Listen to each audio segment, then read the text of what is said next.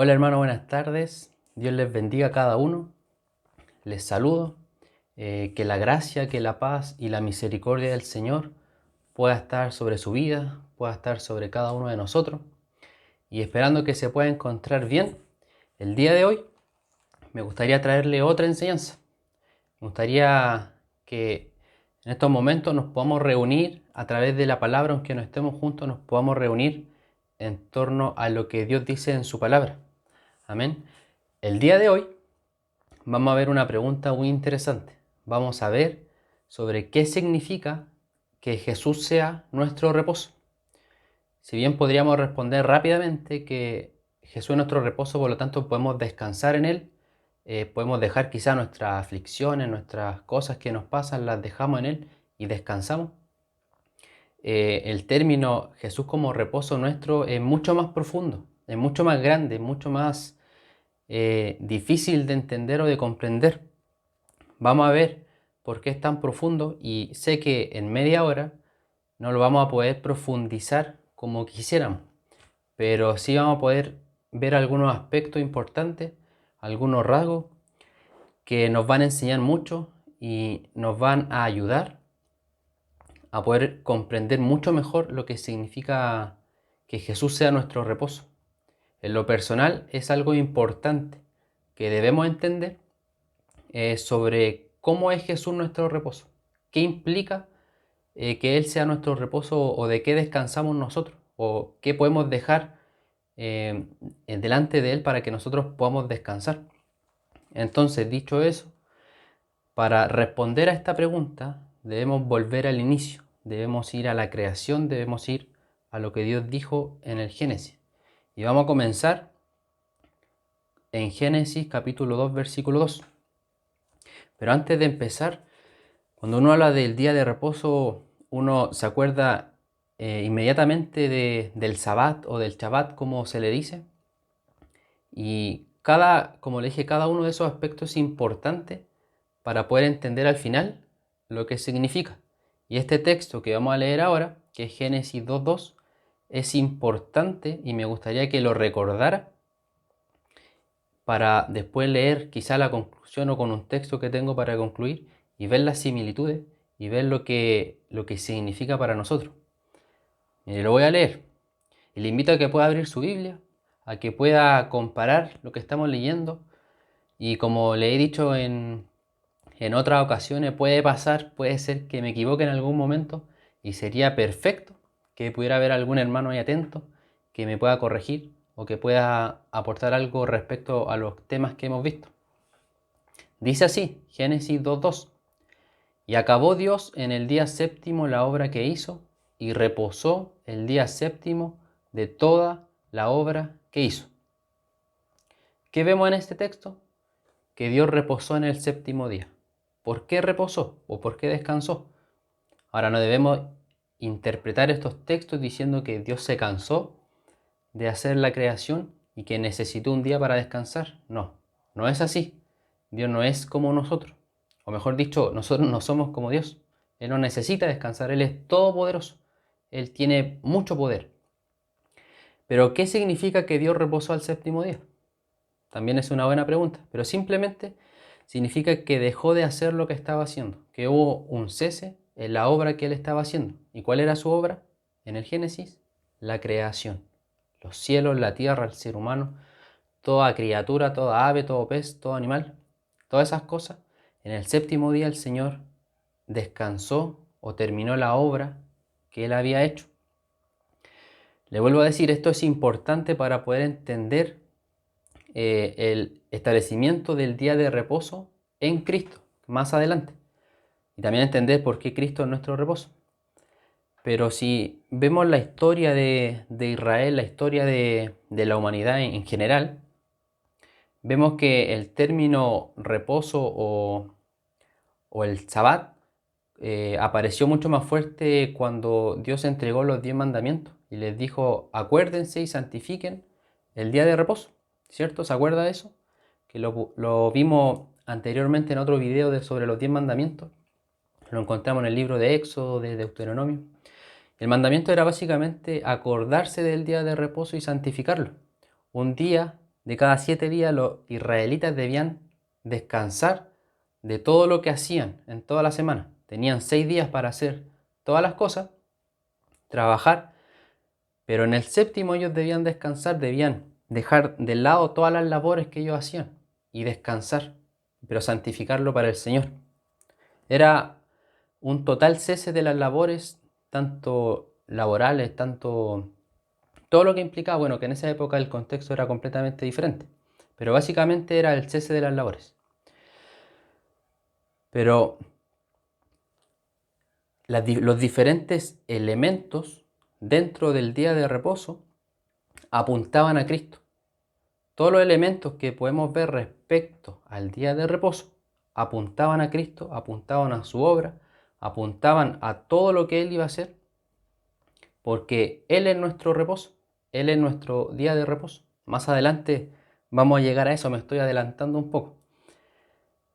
Pero bajo la ley del Antiguo Testamento, los israelitas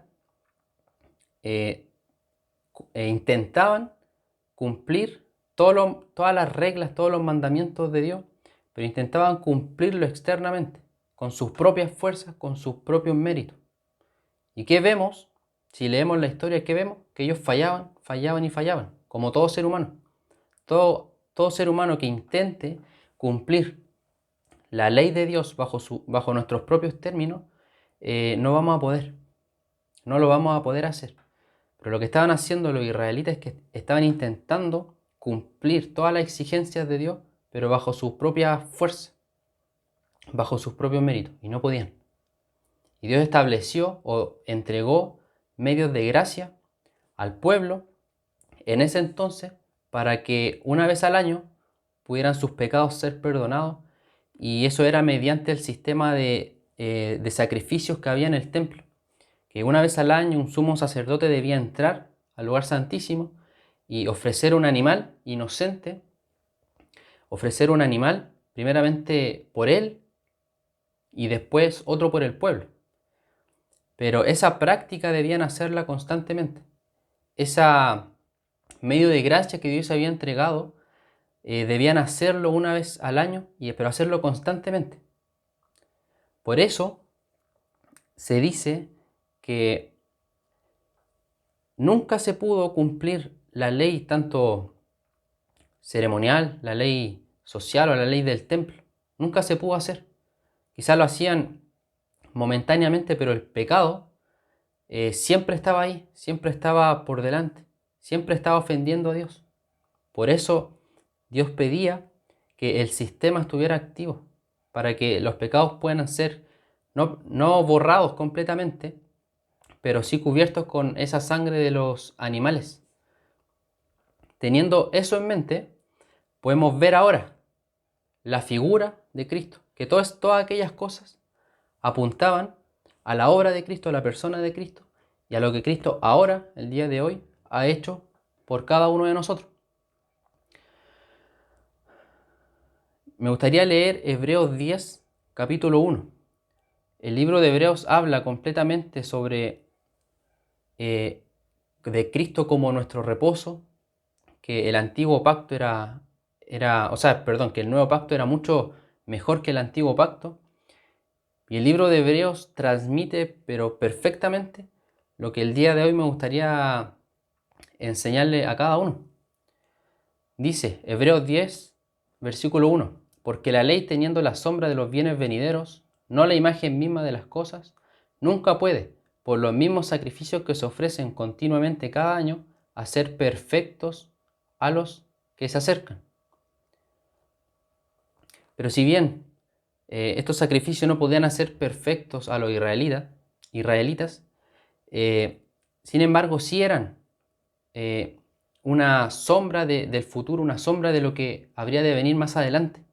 Como les dije y lo digo nuevamente, todo el sistema de sacrificio, todo lo que vemos en el Antiguo Testamento, incluyendo el día de reposo, apuntaba a Cristo.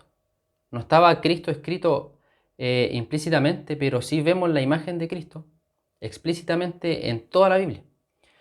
Y mire lo que dice en el mismo capítulo 10 de Hebreos, pero en el versículo 12 dice: pero Cristo, habiendo ofrecido una vez y para siempre un solo sacrificio por todos los pecados, se ha sentado a la diestra de Dios. Pero Cristo, habiendo ofrecido una vez y para siempre un solo sacrificio por los pecados. ¿Cuál es ese sacrificio? ¿Cuál es el sacrificio que ofreció Cristo? Su propia vida. Su propia vida la entregó como sacrificio por los pecados de todos nosotros. ¿Pero qué es en qué consiste ese sacrificio? Primeramente, una vida sin pecado.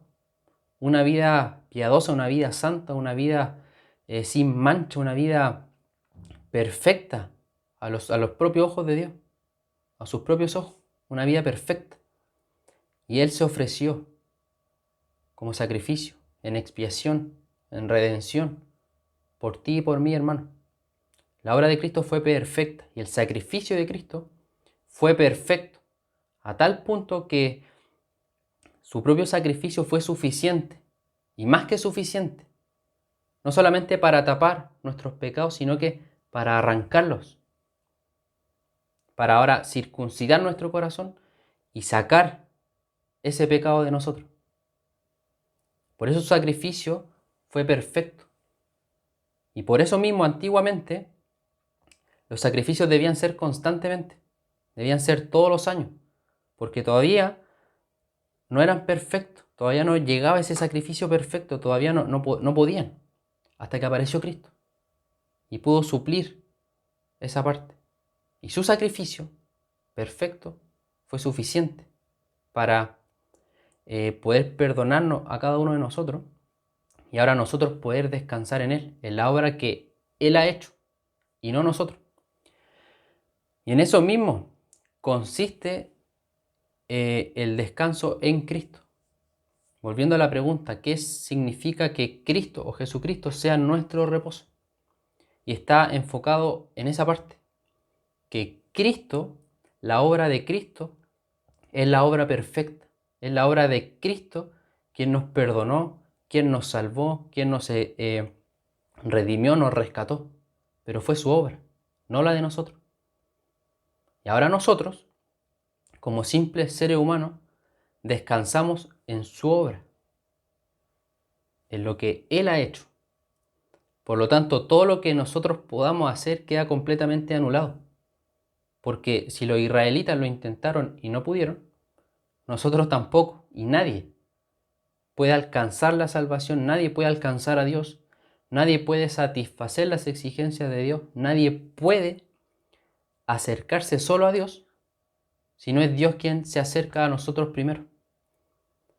Por eso todo lo que podamos hacer queda completamente anulado delante de la obra perfecta que ha hecho Cristo.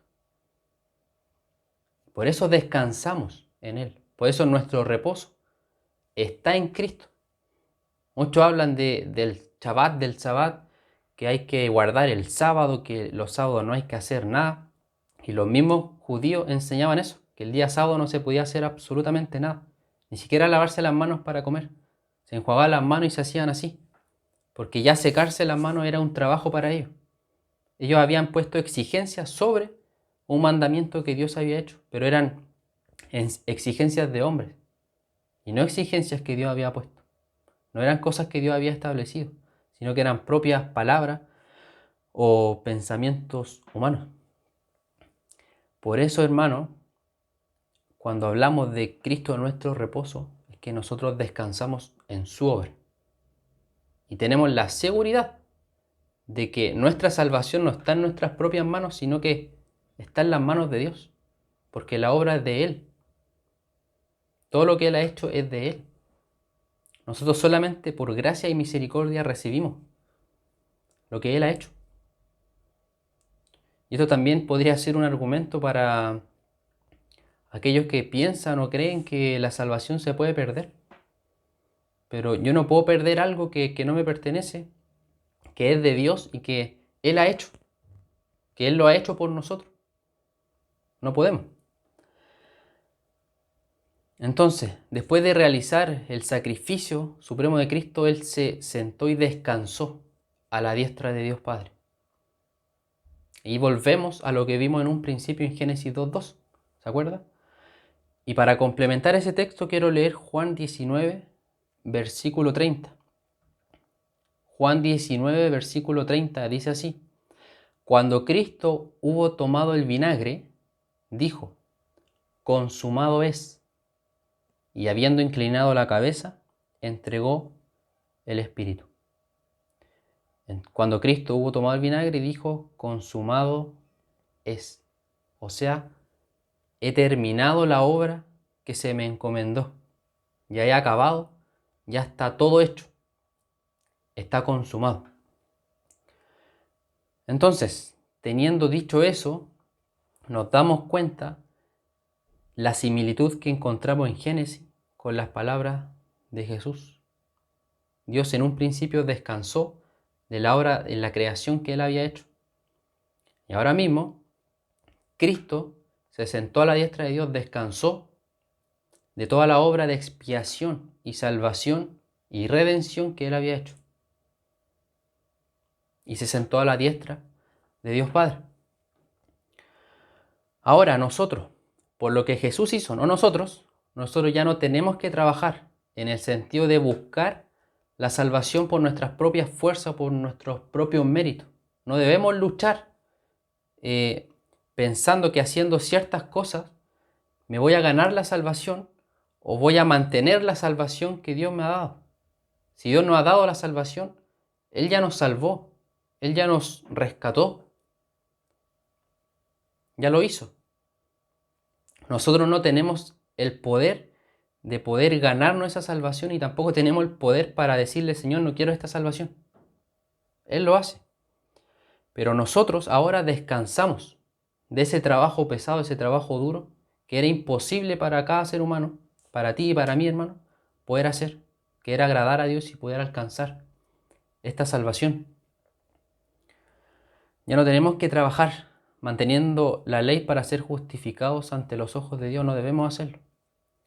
Jesús vino a este mundo para que nosotros pudiéramos descansar en Dios.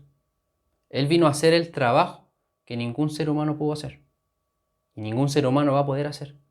Él lo hizo, lo realizó perfectamente.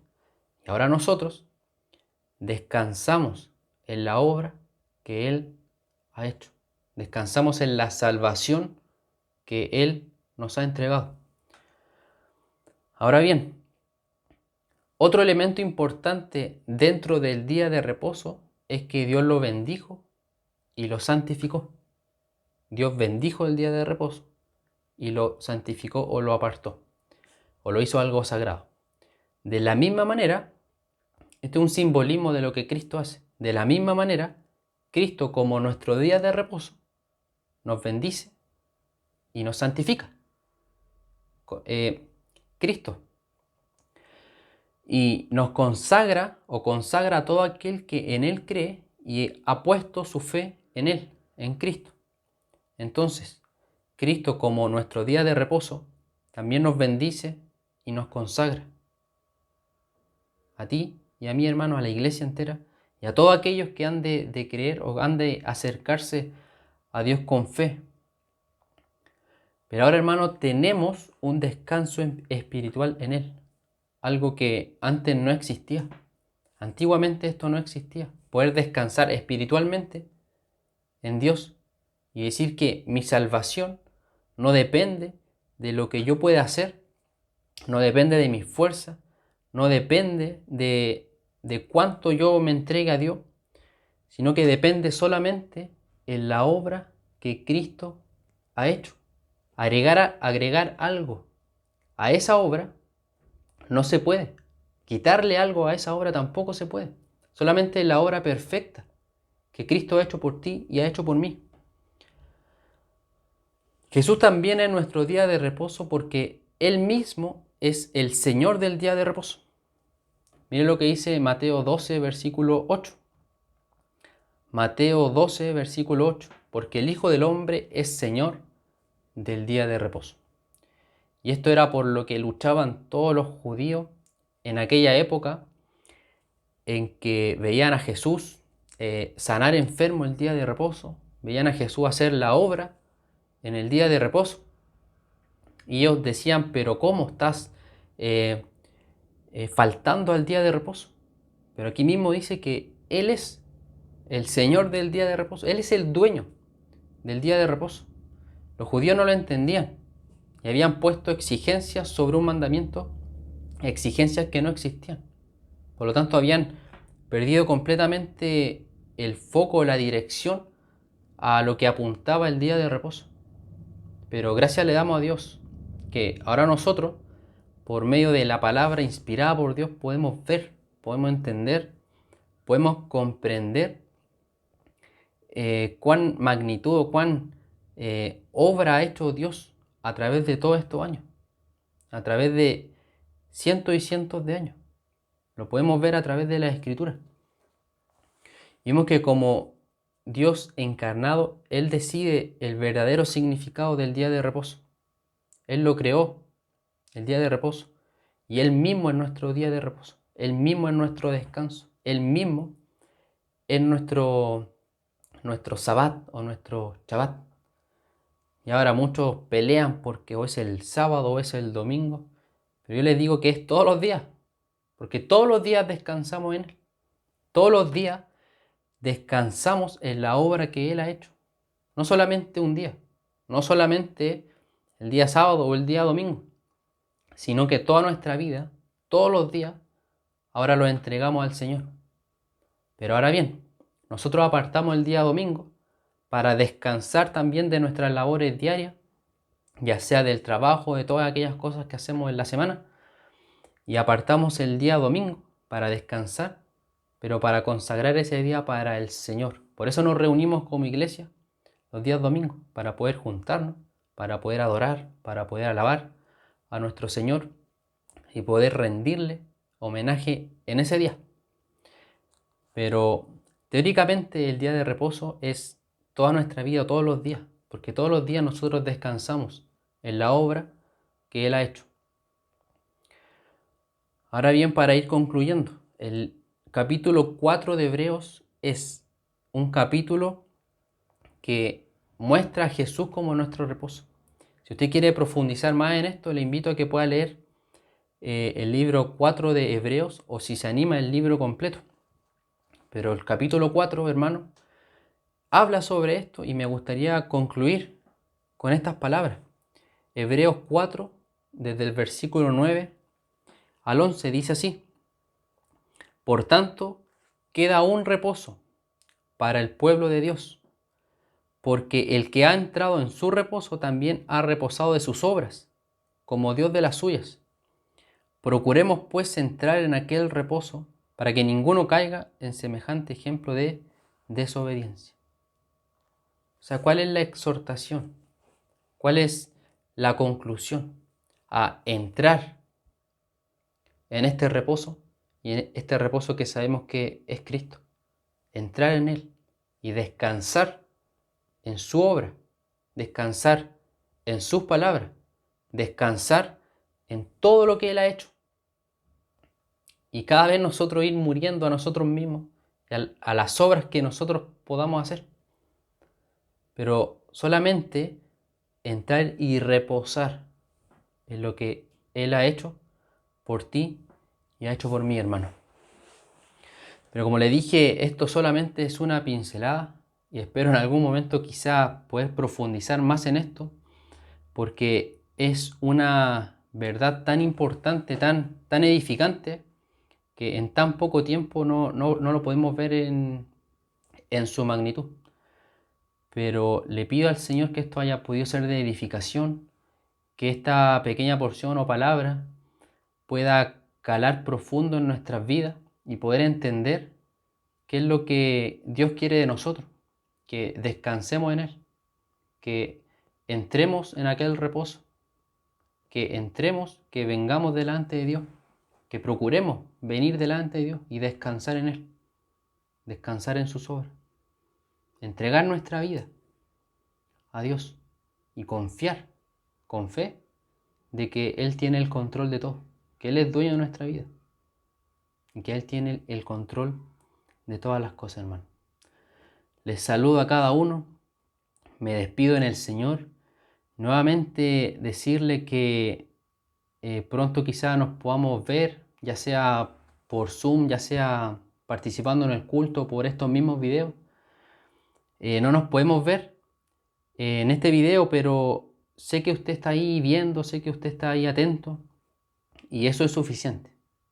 Así que, hermano, me despido en el Señor, le mando muchos abrazos, muchos saludos y que la gracia y la paz del Señor pueda estar sobre su iglesia y sobre cada uno de nosotros. Así que, hermano, me despido y que Dios le pueda bendecir grandemente. Adiós.